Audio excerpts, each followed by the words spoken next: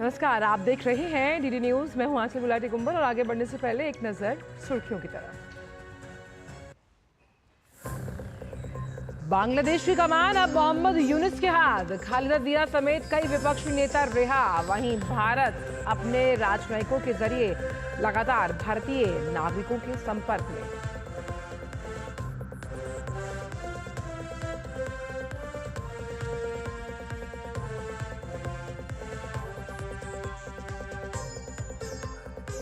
Fiji के दौरे पर राष्ट्रपति द्रौपदी मुर्मू ने श्री शिव सुब्रमण्य स्वामी मंदिर में की पूजा अर्चना। आज फिजी से न्यूजीलैंड के लिए रवाना होंगी राष्ट्रपति। न्यूजीलैंड में गवर्नर और प्रधानमंत्री से करेंगी मुलाकात। वेलिंगटन में अंतर्राष्ट्रीय शिक्षा सम्मेलन को भी करेंगी संबोधित। आज हैंडलूम डे पर हथकरघा क्षेत्र में योगदान के लिए उपराष्ट्रपति प्रदान करेंगे पुरस्कार। देश के कई हिस्सों में विभिन्न समारोह का आयोजन।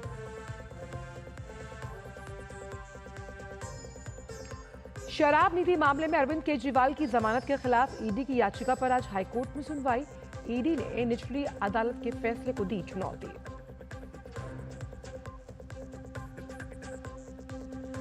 पेरिस ओलंपिक में गोल्ड मेडल से एक कदम दूर रेसलर विनेश फोगाट। आज होना है फाइनल मुकाबला। मीराबाई चानू भी पेश करेंगी पदक के लिए चुनौती। वहीं Avinash Sable 3000 metre steeplechase में खेलेंगे फाइनल।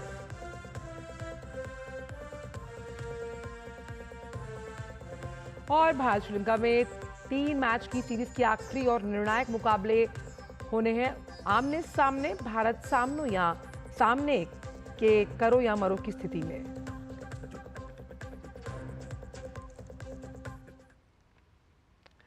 और आइए अब जानते हैं सभी खबरों को विस्तार के साथ। हमारा पड़ोसी देश बांग्लादेश इस समय राजनीतिक अस्थिरता, हिंसा और तनाव के दौर से गुजर रहा है। हालात ये हो गए कि तख्ता पलट के कारण देश की प्रधानमंत्री शेख हसीना को इस्तीफा देकर देश छोड़ना पड़ गया। राष्ट्रपति ने संसद को भी भंग कर दिया और नोबेल पुरस्कार विजेता मोहम्मद यूनुस को अंतरिम सरकार का प्रमुख नियुक्त कर दिया। राष्ट्रपति के मीडिया सचिव मोहम्मद जोइनुल आबिदीन ने कल देर रात इस बात की जानकारी भी दी कि तमाम राजनीतिक दलों के साथ विचार विमर्श के बाद अंतरिम सरकार के अन्य सदस्यों के नाम पर अंतिम फैसला किया जाएगा। मोहम्मद यूनुस ने ग्रामीण बैंक के माध्यम से गरीबी विरोधी अभियान के लिए 2006 में नोबेल शांति पुरस्कार जीता था। बांग्लादेश में सोमवार को सेना ने मोर्चा संभाला। उस दौरान रात भर में देश के कई हिस्सों में हिंसा की घटनाएं सामने आईं।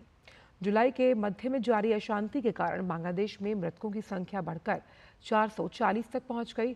इस बीच बांग्लादेश नेशनलिस्ट पार्टी बीएनपी प्रमुख और पूर्व प्रधानमंत्री खालिदा जिया को नजरबंदी से रिहा कर दिया गया। इस बीच भारत अपने राजनयिकों के जरिए भारतीय नागरिकों के साथ लगातार संपर्क में है। बांग्लादेश में राजनीतिक अस्थिरता के बीच ढाका से एयर इंडिया का एक विमान दिल्ली पहुंचा। बांग्लादेश से भारत आए यात्रियों का कहना है कि स्थिति ना तो बहुत अच्छी है और ना ही बहुत बुरी। 18 जुलाई को बांग्लादेश में युद्ध क्षेत्र जैसा माहौल था और उसके बाद कर्फ्यू लगा दिया गया और सेना की तैनाती कर दी गई। आइए देखते हैं इस रिपोर्ट के जरिए।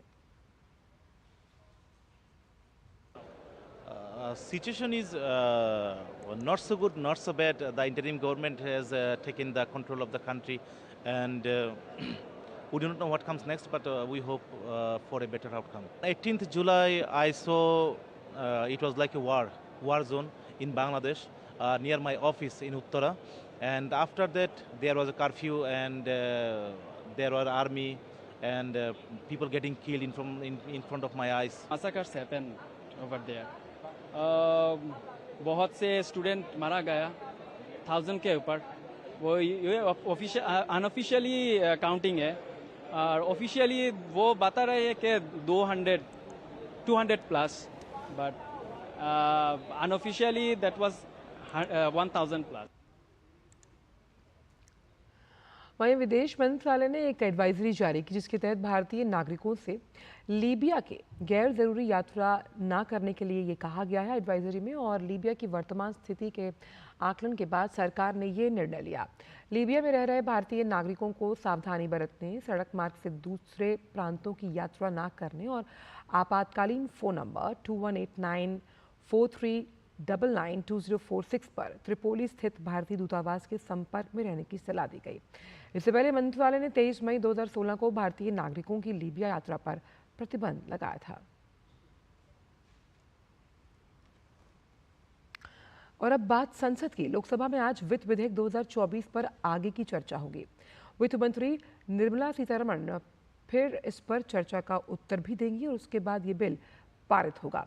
इसके साथ ही लोकसभा में विभिन्न विधायी कार्यों के साथ साथ प्रश्नकाल के दौरान अलग अलग मंत्रालयों से कई अहम प्रश्न भी पूछे जाएंगे। वहीं राज्यसभा में आज विनियोग विधेयक और जम्मू कश्मीर विनियोग विधेयक पर भी चर्चा होनी है और इसे वापस लोकसभा भेजा जाएगा।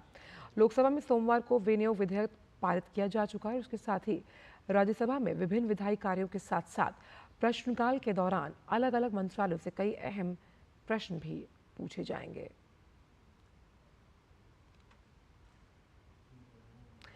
राष्ट्रपति द्रौपदी मुर्मू ने फिजी में श्री शिव सुब्रमण्य स्वामी मंदिर में पूजा अर्चना की।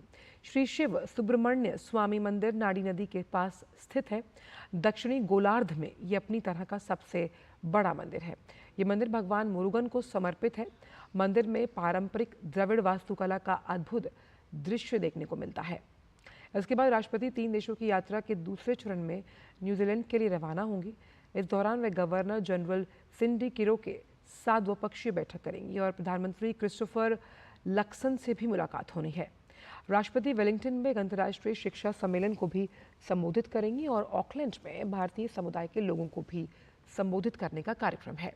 यात्रा के अंतिम चरण में राष्ट्रपति मुर्मू 10 अगस्त को तिमोर लेस्ते जाएंगी।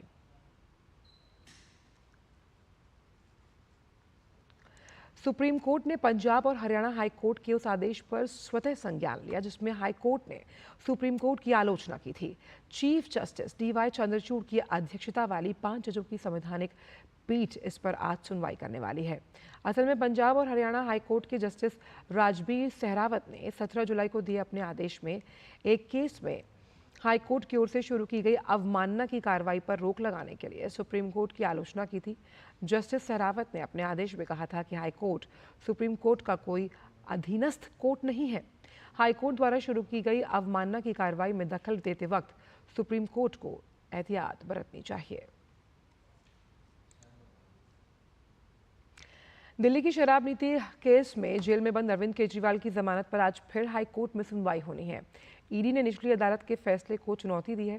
दरअसल 20 जून को रात 8 बजे राउस एवेन्यू कोर्ट ने अरविंद केजरीवाल को ये कहते हुए जमानत दी थी कि ईडी के पास अरविंद केजरीवाल के खिलाफ कोई सीधे सबूत नहीं है, जिसके खिलाफ ईडी ने 21 जून को दिल्ली हाई कोर्ट में याचिका लगाई, जिस पर सुनवाई के दौरान ईडी के वकील ने कहा कि लोअर कोर्ट का फैसला सही नहीं है और उन्हें दलीलें रखने का पूरा समय नहीं मिला। अब केजरीवाल की जमानत के खिलाफ ईडी की याचिका पर हाई कोर्ट में फिर सुनवाई होनी है। दिल्ली शराब नीति मामले में से जुड़े मनी लॉन्ड्रिंग के मामले में सीएम अरविंद केजरीवाल की गिरफ्तारी 21 मार्च को ईडी ने की थी। ईडी ने मामले की पूछताछ के लिए उनको 9 समन भेजे थे, लेकिन उन्होंने एक भी समन का जवाब नहीं दिया, जिसके बाद उन्हें गिरफ्तार कर लिया गया।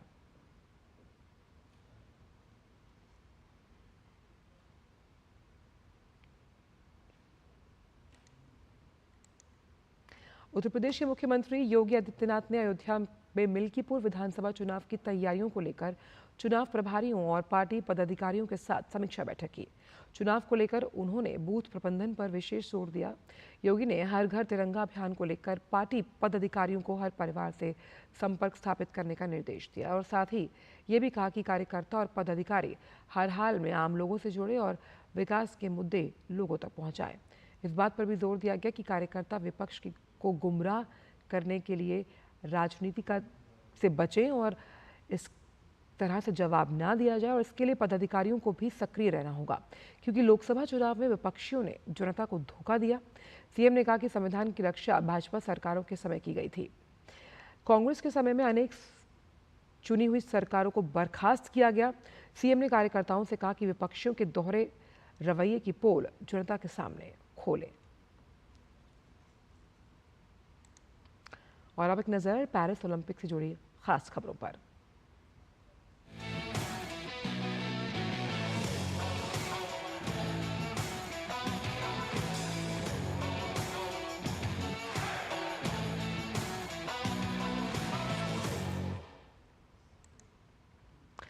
पेरिस ओलंपिक में आज भारत के लिए अहम दिन। आज के मुकाबलों की बात करें तो भारतीय एथलीट प्रियंका और Suraj Pawar marathon race walk mixed relay के फाइनल में ट्रैक पर नजर आएंगे। इसके अलावा आज देर रात भार उत्तोलक मीराबाई चानू महिलाओं के 49 किलोग्राम भार वर्ग में उतरेंगी। मीराबाई चानू से पदक की उम्मीद होनी है। वहीं महिला पहलवान विनेश फोगाट आज स्वर्ण पदक के लिए रिंग में उतरेंगी। विनेश का फाइनल जो है वो अमेरिकी पहलवान सारा एन से है। लंबी दूरी के धावक Avinash Sable 3000 metre steeplechase के फाइनल में मैदान पर होंगे। अन्य मुकाबलों में एथलेटिक्स सहित गोल्फ, टेबल टेनिस, कुश्ती में एथलीट मैदान पर नजर आएंगे। विनेश फोगाट ओलंपिक फाइनल में पहुंचने वाली पहली महिला पहलवान बन गई। उन्होंने महिलाओं के 50 किलोग्राम भार वर्ग के सेमीफाइनल में क्यूबा की यूरिस्ट्रेलिस लोपेज को 5-0 से हराया। पहले राउंड तक विनेश 1-0 से आगे रही। फिर आखिरी 3 मिनट में उन्होंने क्यूबा की पहलवान पर डबल लेग अटैक किया और 4 पॉइंट अर्जित किए। इस बढ़त को वो अंत तक बनाए रखने में कामयाब रही और फाइनल में जगह बनाई। विनेश का इस ओलंपिक में सफर शानदार रहा। अपने मैच में यानी प्री क्वार्टर फाइनल में विनेश ने 4 बार के विश्व चैंपियन और टोक्यो ओलंपिक की गोल्ड मेडलिस्ट सुसाकी को 3-2 से हराया। यूई सुसाकी को हराने वाली विनेश पहली अंतर्राष्ट्रीय महिला पहलवान है और इसके बाद विनेश ने ओक्साना को क्वार्टर फाइनल में 7-5 से हराया। अब सेमीफाइनल में 5-0 से जीत हासिल कर वो फाइनल में जगह बना चुकी हैं। पहलवान विनेश फोगाट के पेरिस ओलंपिक 50 किलोग्राम भार वर्ग के फाइनल में पहुंचने पर देश भर में जश्न का माहौल है। इस अवसर पर उनकी जीत के बाद चरखी दादरी में उनके परिजनों ने अपने गांव में जश्न मनाया। उनके साथ मौजूद बाकी लोग भी विनेश की सफलता से बेहद खुश नजर आए और उन्हें विश्वास जताया कि विनेश अब गोल्ड मेडल जीतकर ही भारत लौटेंगी। 100% विश्वास है हमारी बेटी के ऊपर कि वो अब गोल्ड मेडल लेके आएगी और इस देश का नाम रोशन करेगी और साथ के साथ हरियाणा प्रदेश का और जिले का, अपने गांव का, इलाके का वो निश्चित रूप से नाम रोशन करने पड़ेगी और आने वाली पीढ़ी के लिए भी, खासकर लड़कियों के लिए एक नया संदेश जाएगा। 3000 मीटर स्टेपल चेस रेस के लिए फाइनल में क्वालिफाई करने पर अविनाश साबले ने कहा कि उन्होंने उसी तरह से शुरुआत की जैसी योजना बनाई थी और अब अगला लक्ष्य फाइनल में अच्छा प्रदर्शन करने का है।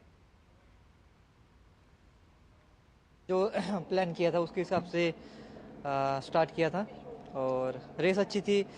पहले से मतलब था कि फाइनल्स के लिए कोई मुश्किल नहीं और वैसे प्लान से गए थे और वैसे स्ट्रॉन्ग फिनिश नहीं करना पड़ा तो फाइनल में गए। पहला तो एम था जो फाइनल के लिए और नेक्स्ट है जो फाइनल्स में अच्छा करना है, तो होप है कि फाइनल्स के लिए अपना मैं बेस्ट दूंगा।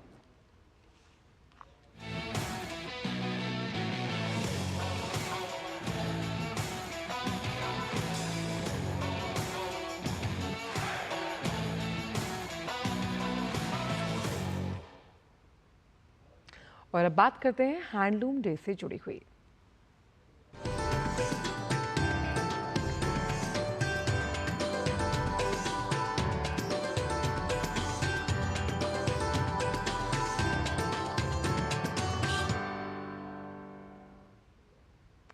भारत का हथकरघा उद्योग पुरातन संस्कृति और कारीगरी की मिसाल है। इसमें 4 करोड़ से ज्यादा लोगों को सीधे तौर पर रोजगार मिलता है। प्रधानमंत्री ने भी अपने मन की बात कार्यक्रम में लोगों से #माई प्रोडक्ट माई प्राइड को इस्तेमाल करने के साथ साथ इस उद्योग को बढ़ावा देने की बात कही है। आइए देखते इस रिपोर्ट के जरिए।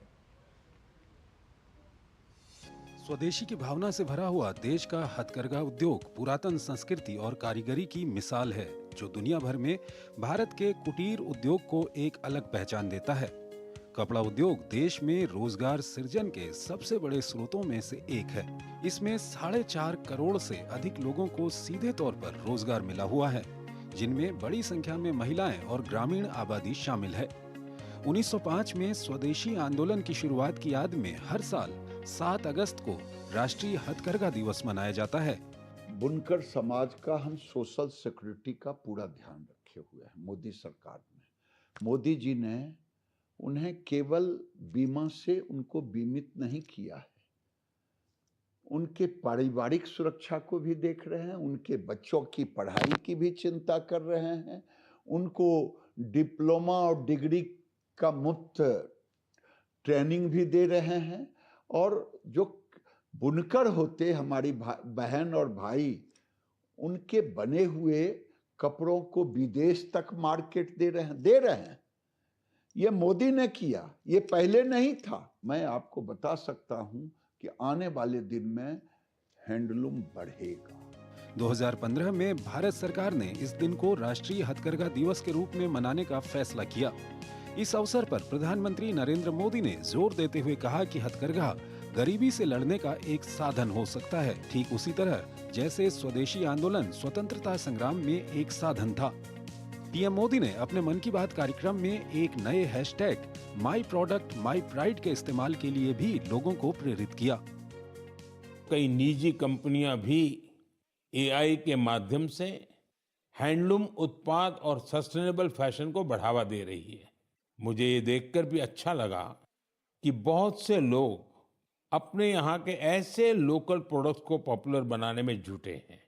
आप भी अपने लोकल प्रोडक्ट्स को hashtag my product my pride के नाम से सोशल मीडिया पर अपलोड करें।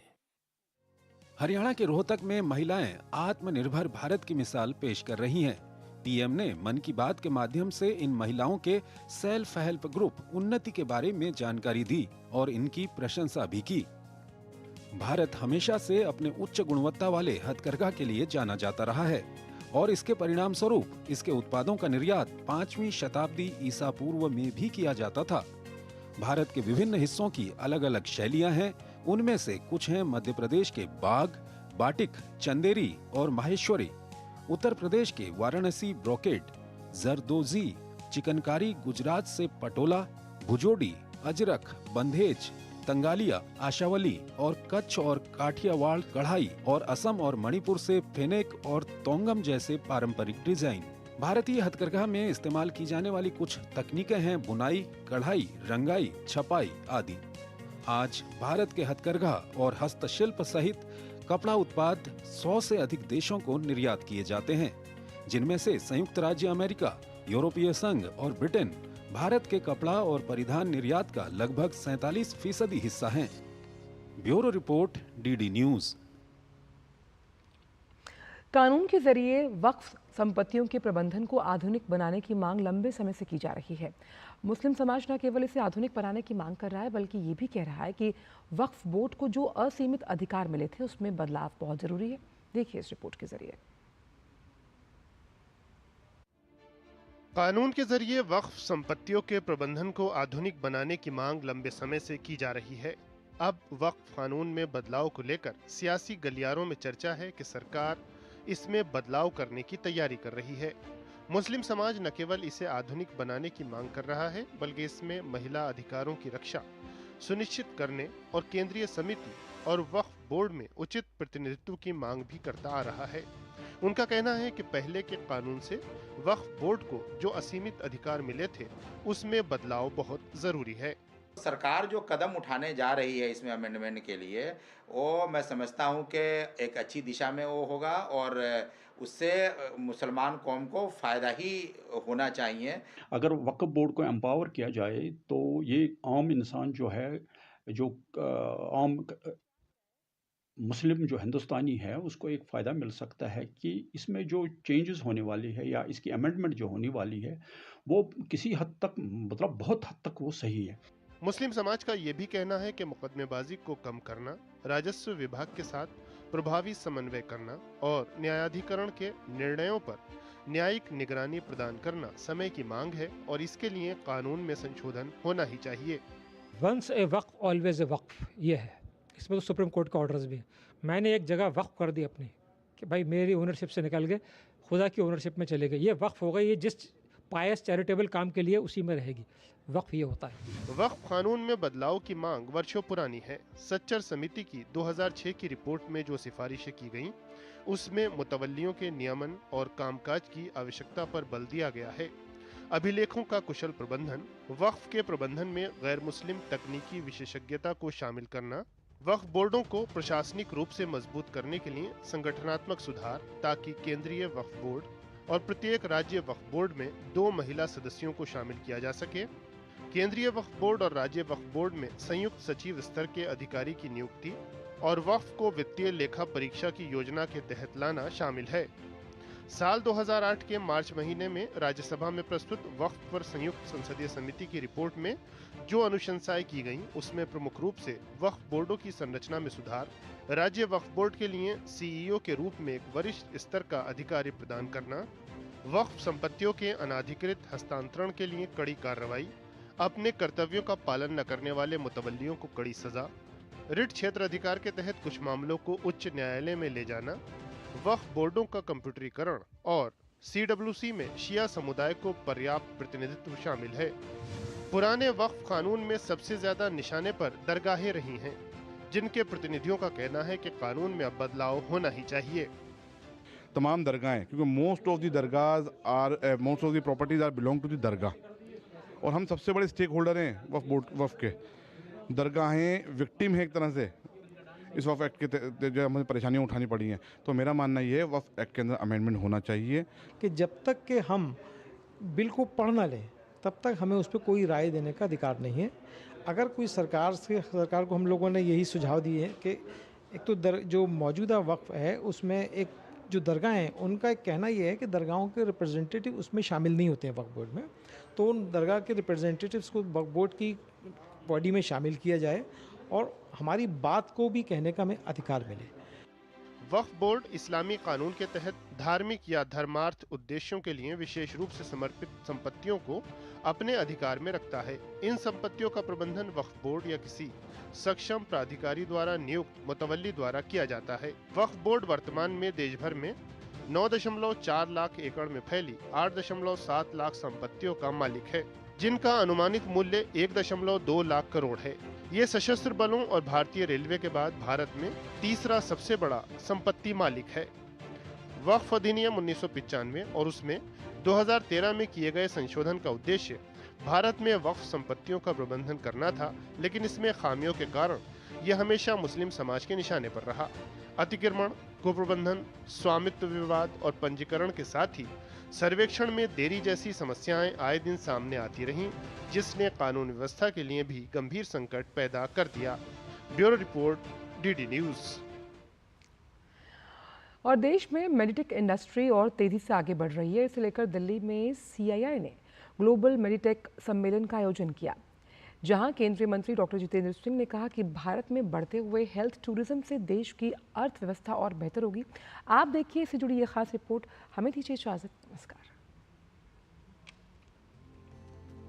मेडिटेक क्षेत्र में भारत तेजी से आगे बढ़ रहा है और इसका बाजार बढ़ता जा रहा है। मेडिटेक क्षेत्र में भारत का चौथा स्थान है। PLI स्कीम की वजह से देश में 9 मेडिटेक पार्क हैं, जहां 100 से ज्यादा मेडिकल डिवाइस बन रहे हैं। भारत मेक इन इंडिया को बढ़ावा दे रहा है। मेडिटेक क्षेत्र में और कैसे आगे बढ़ा जाए, इसको लेकर दिल्ली में CII की ओर से ग्लोबल मेडिटेक सम्मेलन का आयोजन किया गया, जहां देश और दुनिया भर की मेडिटेक क्षेत्र की दिग्गज कंपनियों ने हिस्सा लिया। इस मौके पर केंद्रीय मंत्री डॉक्टर जितेंद्र सिंह ने कहा कि भारत उभरता हुआ हेल्थ टूरिज्म डेस्टिनेशन है और हेल्थ सेक्टर में सरकारी और निजी क्षेत्र मिलकर काम करें तो इससे देश की अर्थव्यवस्था में बढ़ोतरी होगी। प्रधानमंत्री मोदी जी के आने के बाद गत 10 वर्षों में जो इंटीग्रेशन हुआ है हमारी अप्रोच में, जो बीच में एक प्राइवेट सेक्टर और पब्लिक सेक्टर के बीच में जो दूरियां थी वो जाती रहीं, और यदि हम बात करते हैं सन 2047 के उस शिखर पटल पर पहुंचने वाले भारत की, तो हमारे लिए अनिवार्य है और इसके बिना और कोई विकल्प भी नहीं कि we will have to move in an integrated fashion. इस मौके पर नीति आयोग के सदस्य डॉक्टर VK पॉल ने कहा कि भारत में ऐसा इकोसिस्टम बना है जिससे स्टार्टअप के साथ मेडिटेक इंडस्ट्री को निवेश करने और भारत में चिकित्सा उपकरण बनाने में मदद मिलेगी।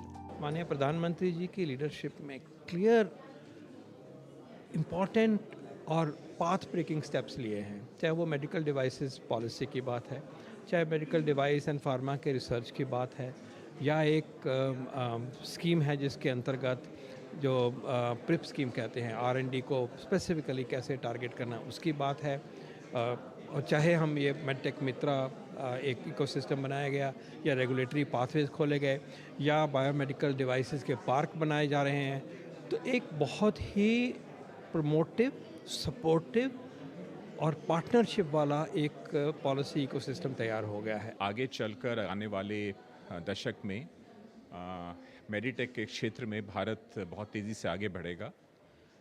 जैसा कि आंकड़ों ने भी अब दिखाई देने लगा है कि कंज्यूमेबल्स और सर्जिकल्स के क्षेत्र में हम एक्सपोर्ट ओरिएंटेड हो गए हैं और पिछले साल में हमने इंपोर्ट से अधिक एक्सपोर्ट किया कंज्यूमेबल्स के क्षेत्र में।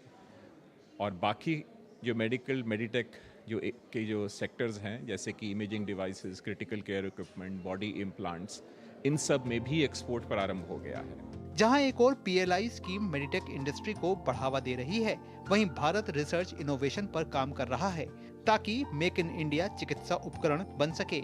एक समय था जब भारत चिकित्सा उपकरणों का आयात करता था, लेकिन अब हालात बदल गए हैं। भारत अब चिकित्सा उपकरणों का निर्यात करता है। आने वाले दिनों में भारत मेडिटेक क्षेत्र में भी दुनिया का लीडर होगा। Nitendra Singh, DD news, Delhi.